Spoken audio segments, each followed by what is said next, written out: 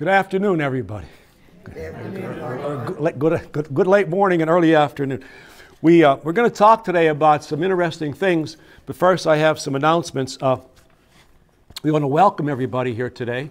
In a few weeks, I understand the LUC is going to be convening up in Lansdale area, and we want to welcome all those folks to our lovely Montgomery County area of Pennsylvania, and send along this little video and audio message for all those gathered there in Lansdale on the annual convention.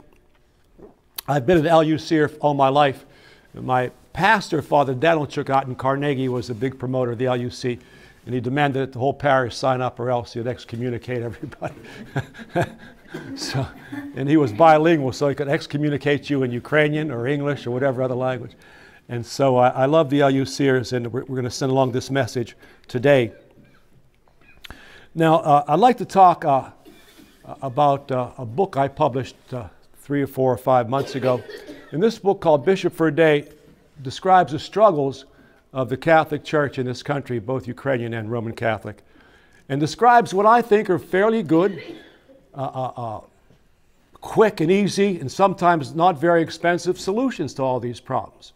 Because as you know, if you read the papers or if you just talk over the backyard fence, the church is really struggling in finances and in criminal situations, of course in vocations, and all other areas I'm going to mention. And the church needs some help. And I thought, since I'm a priest about 4 years longer than the Pope, right? I'm a priest longer than any bishop that I know in this country. I think I should be able to have some ideas, right? I mean, after all these years, I should know something, or else I got to go start all over again.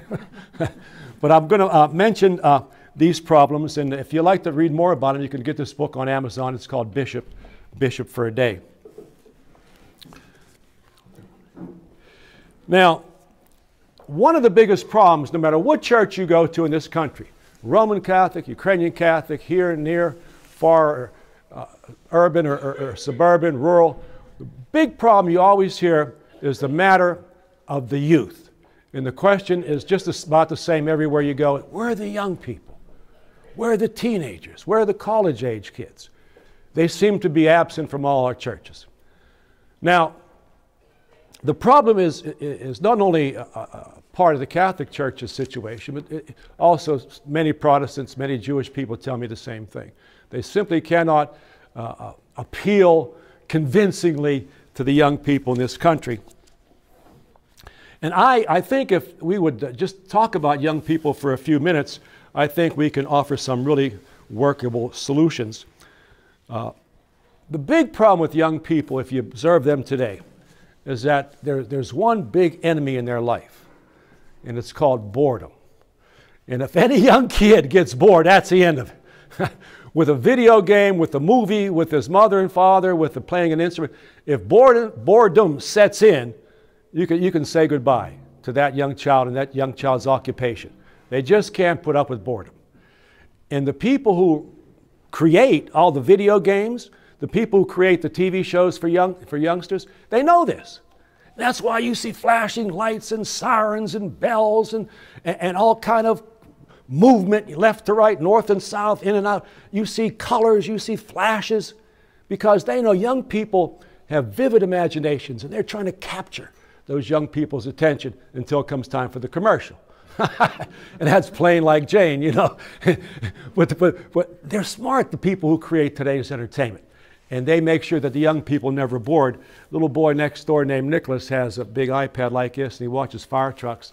And you actually have to go up to him, because these fire trucks are slashing and dashing, and the fire is burning, and the firemen are screaming, and then the hoses and the water and everything's flying. And you got to scream in his ear. His ears are gone. He can't hear you. He's tuned out to the world. He's only 5.5 years old. So the whole thing about boredom is there's a way to get around it.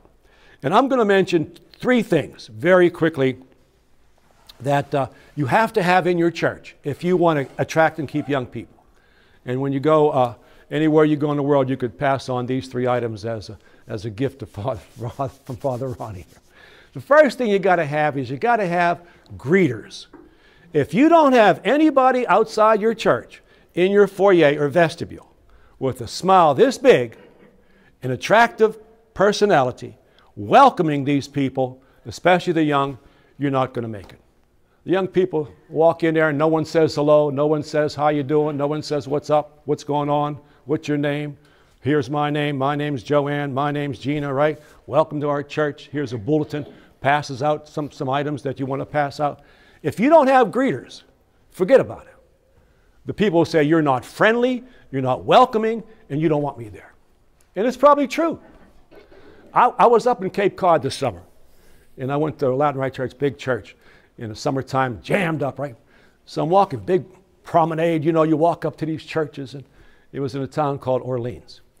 And I walk up there and I see all these young people in a knot, you know, talking with their hands and talking, and, you know, just looking around. And here I came abreast of these people, and here I saw that there was one person on each side passing out the bulletins and the literature and the propers for the day. And I think this priest was so smart.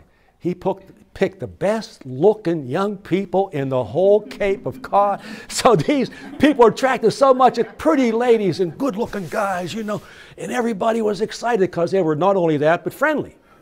And everybody's, you know, crowding around saying hello. I seen exchanging telephone numbers, you know, and emails and Gmails. What other kind of mails are there? Cape Cod, CC mail. These people have they're thrilled before they get into the church. They're happy. You know what I mean? They're thrilled before the church service even starts because they met somebody. You know, met a good-looking, pretty girl like Natalie or Paul, a good-looking guy, and they're thrilled. So you got to have greeters. If you don't have greeters, go home. It's like playing football without a football. I mean, you can go through the motions, but you're not going to score. The second thing you got to have, I figured out, is you have to have some kind of good, uplifting music in church.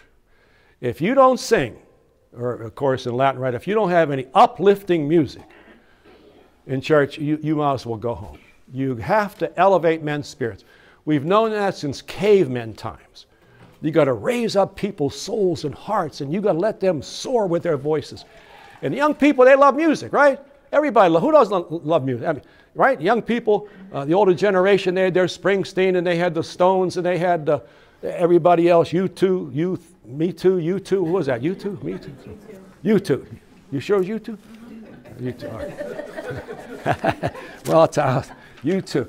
And they had music, and today, of course, you have the Biebers and you have the Beyoncés and everybody else. You got to have music for young people. They're raised on that. They live on that. And they're plugged into this. And you can't have songs that are dreary and sad songs. You have to soar. You know, one song we Ukrainian people, I think, kind of does the job is Pray me o Lubanenko Severina Hochemo. Yeah, I think that song pretty much does a decent job. But, you know, and that's why I'm not crazy about having a choir.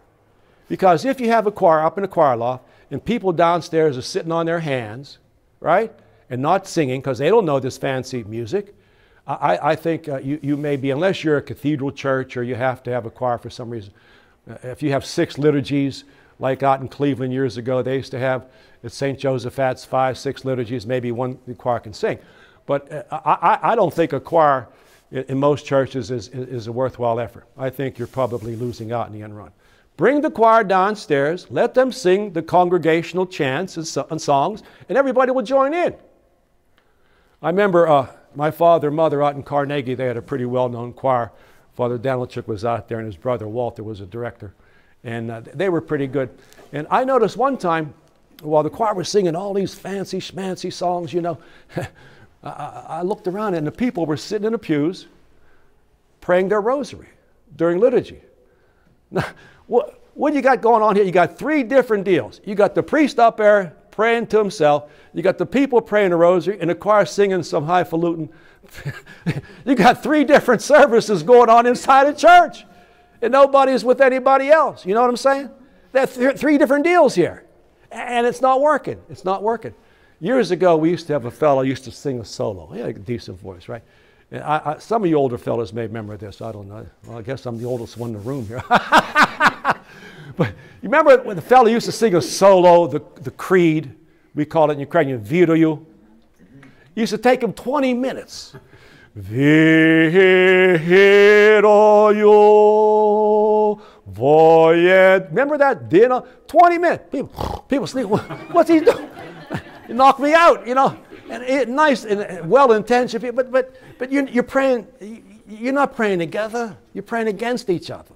And so you got to have good music. So I tell all my younger priest buddies, I said, man, get some music in that church. And even if you have to teach the people some brand new songs, get some music. Without music, the kids are going to go out the back door. The third thing you have to have is a good sermon.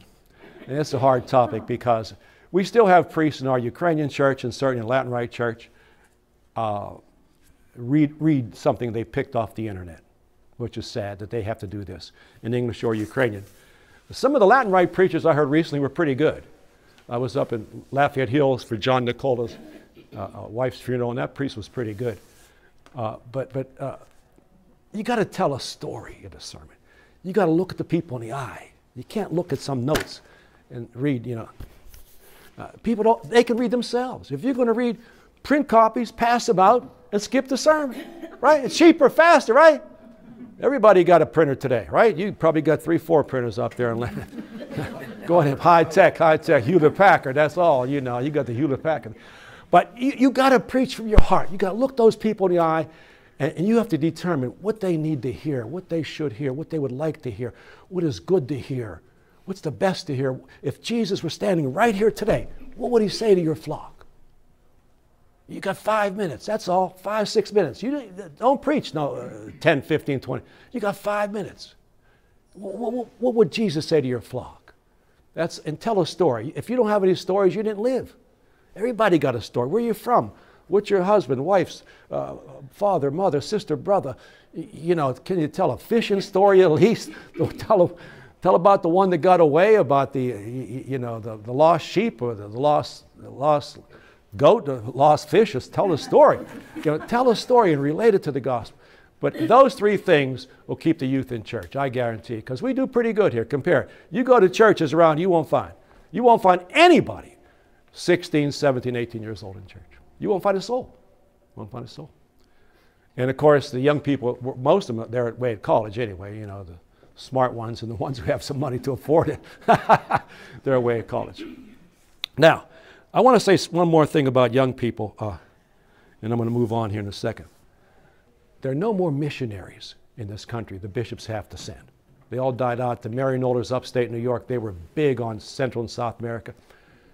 But there is a movement in the Catholic colleges in this country. There's 235 Catholic colleges in this country, 235. We got 10, 12 right here. Immaculata, Rosemont, Villanova. You know. Approximately, you know how many Catholic students there are in those colleges? 100,000, let's just 100,000, right? Thousands of these youngsters, nursing students, engineering students, language students, every spring go on mission. They go to the Indian lands, reservations out west. They go to the poor Pueblo Indians down the southwest. They go to Mexico. They go to all of Central and South America. And thousands of these young people who aren't priests, they're students. And they're nurses, and they're going to be nurses, and they're going to be doctors, they're going to be engineers to dig wells. And they do such fabulous work. Fabulous work. I did a couple studies on Newman College down here in Delaware County, Newman College. You know, did a study on Villanova and a few other schools. I was amazed. I called the directors up. And these people, they know how. They're engineers. They know how to dig a well and find fresh water for the people. They're nurses. They know how to give shots. They're future nurses. The trouble is the bishops feel that these students are not under their control.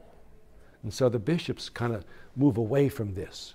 And they don't want too much to say or do about it because they don't have any control. You see, when someone sends a priest, the bishop controls them, tells them what to do, what to say, where to go, and how. But these students are free. They go there with their professors or with the deans, maybe of a school of nursing or something, and they're free. And I would hope the bishops would join these students and go on campuses and stand with these students and bless them as their way to the airport to go on their mission and give each one a prayer rosary or something something like that. It would be a wonderful sign. But the bishops and the colleges simply, a few years ago, one of the bishops out west thought that Notre Dame University was too liberal. He wanted to excommunicate half the staff and the faculty and all the students of Notre Dame. Notre Dame, I mean, that's where Jesus would go to school if he would have. Notre Dame! You're not talking about Harvard or Yale. It's Notre Dame. They got a statue, biggest statue of Blessed Virgin Mary in North America, guarding that campus. So the bishops in the schools simply don't get along. And I would hope and pray they would wake up and support these students. These students are given 3, 4, 5 weeks of their life, free willingly, without pay. And the bishops should be there and support them. But that's how you keep youth, those 3 things. You keep the youth in your parish, in your hearts, in your church, by a good sermon directed towards them and everybody else, by a good greeting situation, and by good music. Another phenomenon that the churches are facing, especially hereabouts, is parish closures. They're closing parishes like crazy. The Diocese of Camden, New Jersey, closed exactly 1/2 of all its parishes. From 120 churches, parishes, to now down to 60. 1/2, wiped out in the last 6, 8 years. Philadelphia closed about 50, 60 parishes, and they're still going to work. They wisely decided not to close any parishes for 6 weeks or months before the Pope's visit, because they didn't want riots in the street. But now they're going to start up again. The trouble with closing parish is that you're breaking people's hearts, souls, and minds. You're destroying their spirit. The ladies told me that Father Tukyak, it's like someone died. Like someone died in the family when you close a parish. And they're going to get the wrecking ball here in Bridgeport. They closed 3 parishes here in Bridgeport. And the wrecking ball is coming in 2 weeks, I understand, and start knocking these churches down. You're going to see people on the streets just, you know, cursing the powers that be, and just upset. In fact, we did some studies, and we found out if parish A is closed and everybody sent to parish B, 40% of the people never show up and never heard from again. 40%. So you close in parish, you close in Camden, 60 parishes, right? 40% of those people. Now, if each parish had 1,000, that's 60,000, 40%, 20, 30,000, whatever that kind of, you're good at math, right? All right, so 35,000 people are lost, never seen again. What kind of shepherd lets 35,000 sheep wander off? I don't get it. I don't get it. And if you want live-in proof, right? You drive over Valley Forge Road. You know where that is? All right. And you turn on Henderson Road. Go down to the end, you'll see Hope Baptist Church. Sunday morning, right? That's Henderson Road, right? It's the old Gennardi store. All right, go up there on a Sunday morning, and there's a little Ukrainian fellow who's a Baptist minister from Passaic, New Jersey. Right? His folks were members of our church, St. Nicholas, in Passaic, New Jersey. Where your brother-in-law's from? Where your husband's from? Passaic? Is that Passaic? Clifton's outside of Passaic, right? This guy is good.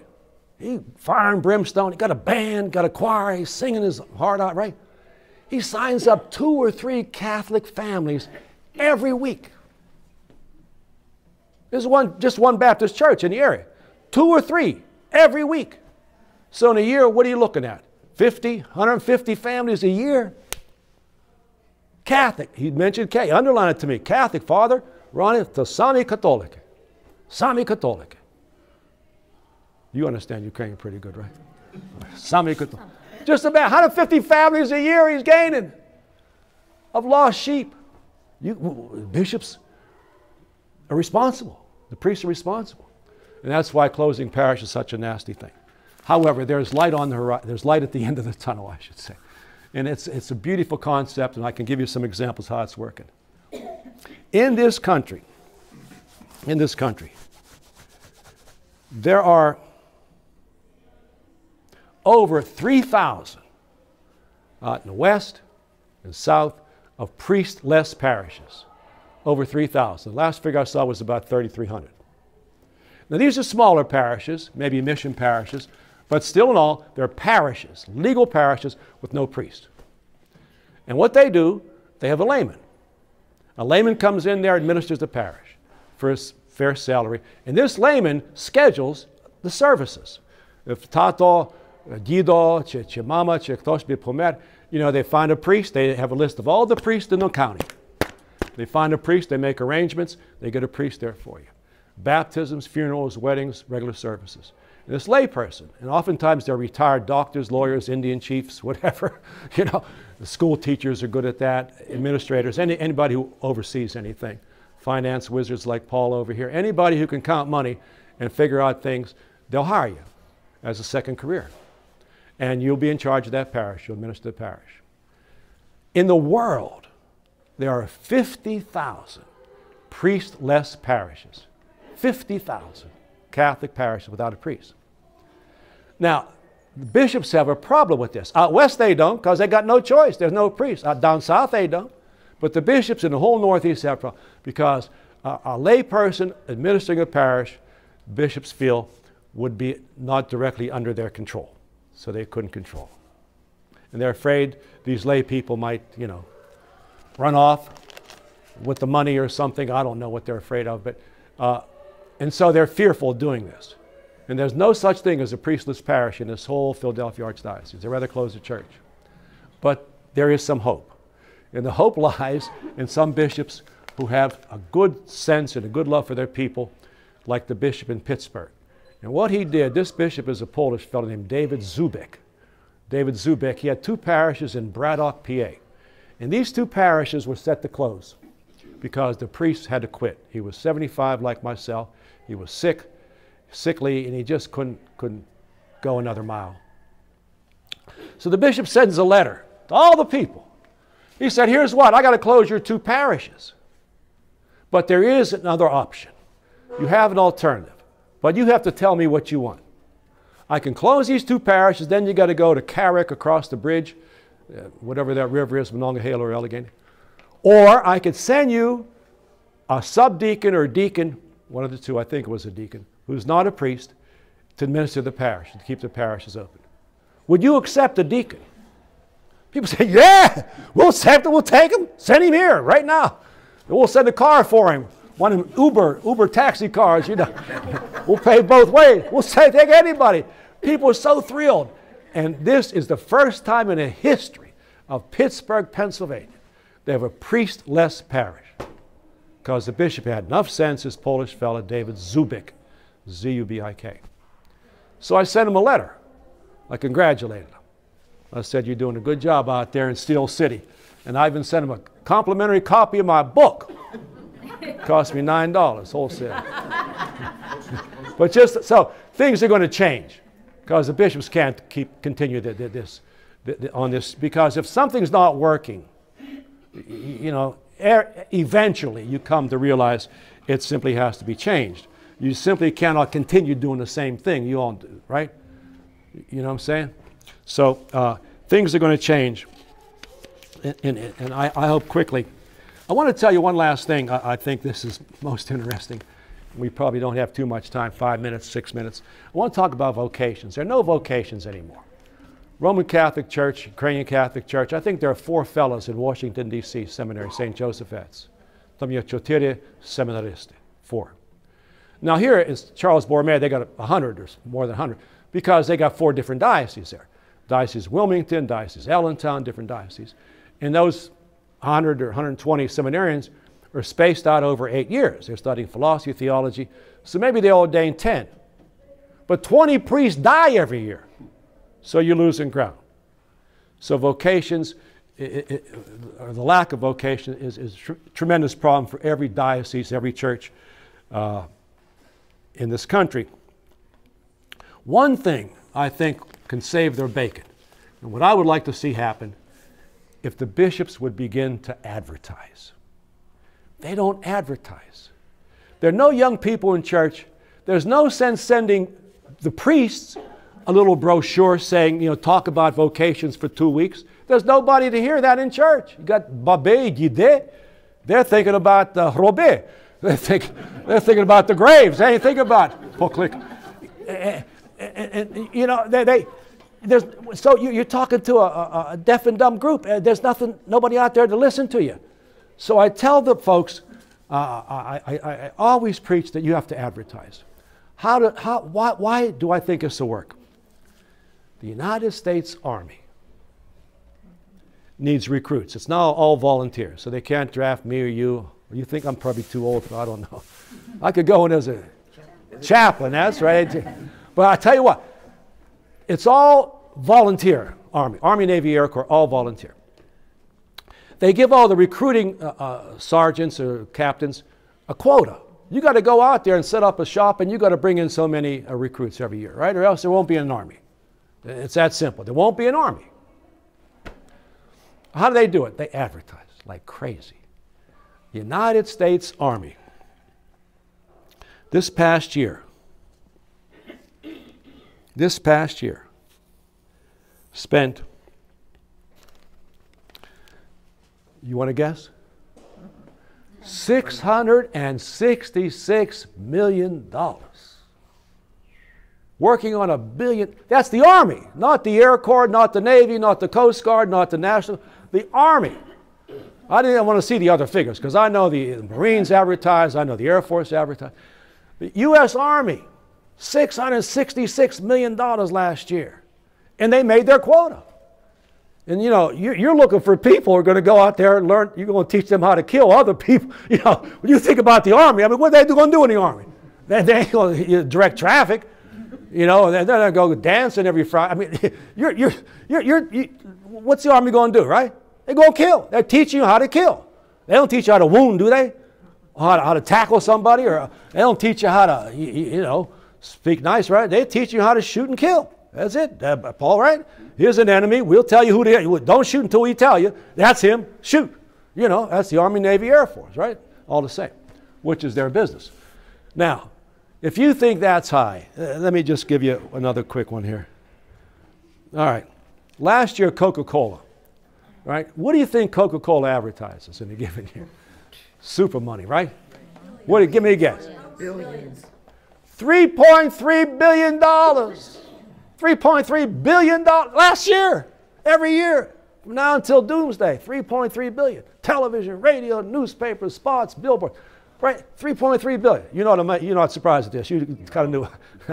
But what do they want you to drink? Drink sugar water. They got to spend $3 billion to drink. Force you. Who wants to drink? If they came out and said, drink some sugar water. What's in Coke? Original Coke. How much sugar? How many teaspoons of sugar in a can? 14. Yeah. 14 teaspoonfuls of sugar in every soda. And they got to advertise because ain't nobody going to drink that with it, right? You know what I mean? Who would drink that stuff? But they put a carbonation and it tastes okay. But what I want to get, the bishops have to advertise. Now just imagine, I have a little scenario in my book. We're driving down 95. We're finishing up here now. Driving down 95 and they put a new billboard up, right?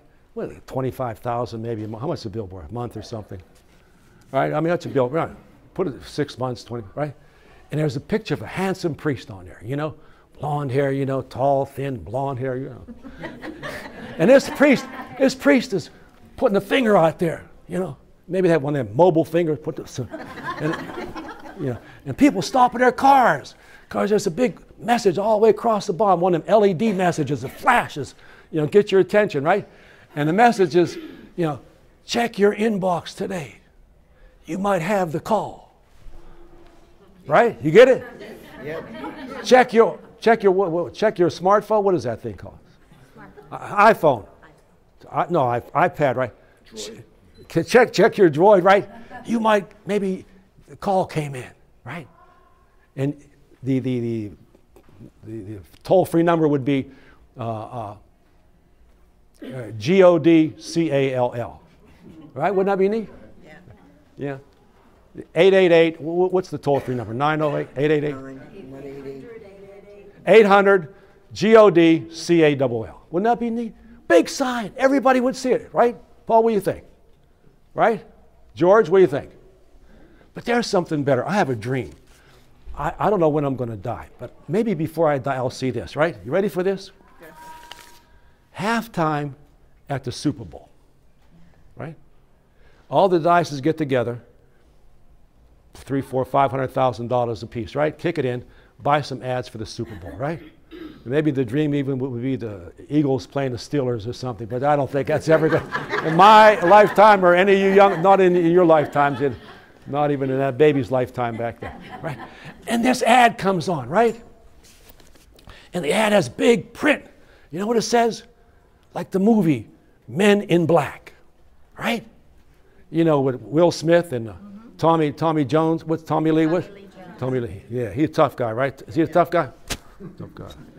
And this movie, and you see this advertisement, right? I could write the copy. You say, you know, what are we looking at? And you have two priests, you know, perhaps African-American priest and Caucasian priest.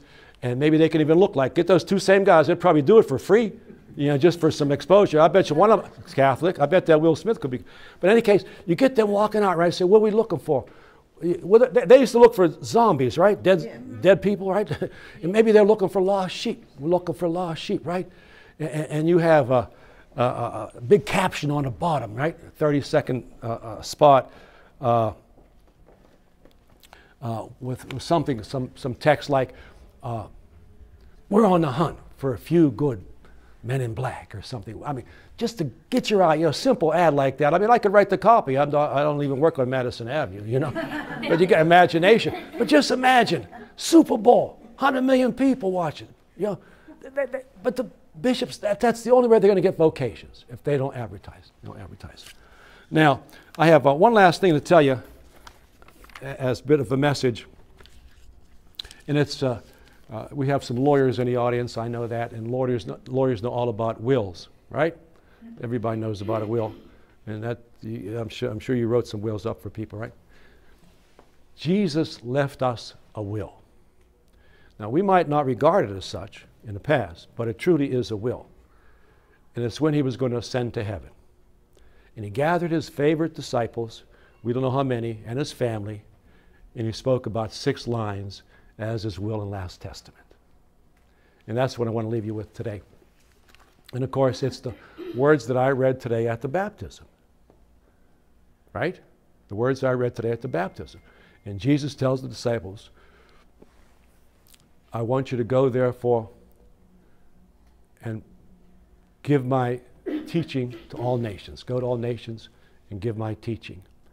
And baptize all the people in the name of the Father, Son, and Spirit. And tell them to follow my commands, for I'll be with you. In some way, I'll be with you until the end of time. And that's his will. And we are his survivors. We got to carry that out. Baptize all people. He didn't say, you know, give them an exam before, check out their IDs. He didn't say, check out Social Security, see if they got $150 to pay the stipend. Check out their credit rating on Dun & Bradstreet, or what is that? Is they still around, Dun & Bradstreet? Yeah. Are they still around? Mm-hmm. They're not around? They're around. They don't do that. They don't do that. They don't do credit. You know, go thee therefore, baptize all nations, and teach them everything I commanded you, because I'll be with you. In other words, he's watching. He's watching. He's watching you and me. That's his sacred will. And you know, if your parents left you a will, right, and you didn't carry it out right, you know what's going to happen, right? You're not going to sleep at night because you know you're going to be haunted. And that's just the way it is with Christ. He left us that will. And so we have to follow that will and baptize all people. And he didn't just say the disciples. He said all you people. See to it. You baptize all people, follow my commands, because I'm going to be with you to the end of time. I'm going to be with you end of time. And so today I just can repeat Jesus' will, right? You go out, go home, therefore, baptize all people, teach them everything I taught you, all my commands, every one, because I'm going to be with you until the end of time. I'll be with you. I'm not going to leave you. I'll be watching. I'll be watching and listening and checking up on you, because I'm not in heaven. I'm everywhere. I'm everywhere. Thanks for listening. Thanks for listening, everybody. Good luck.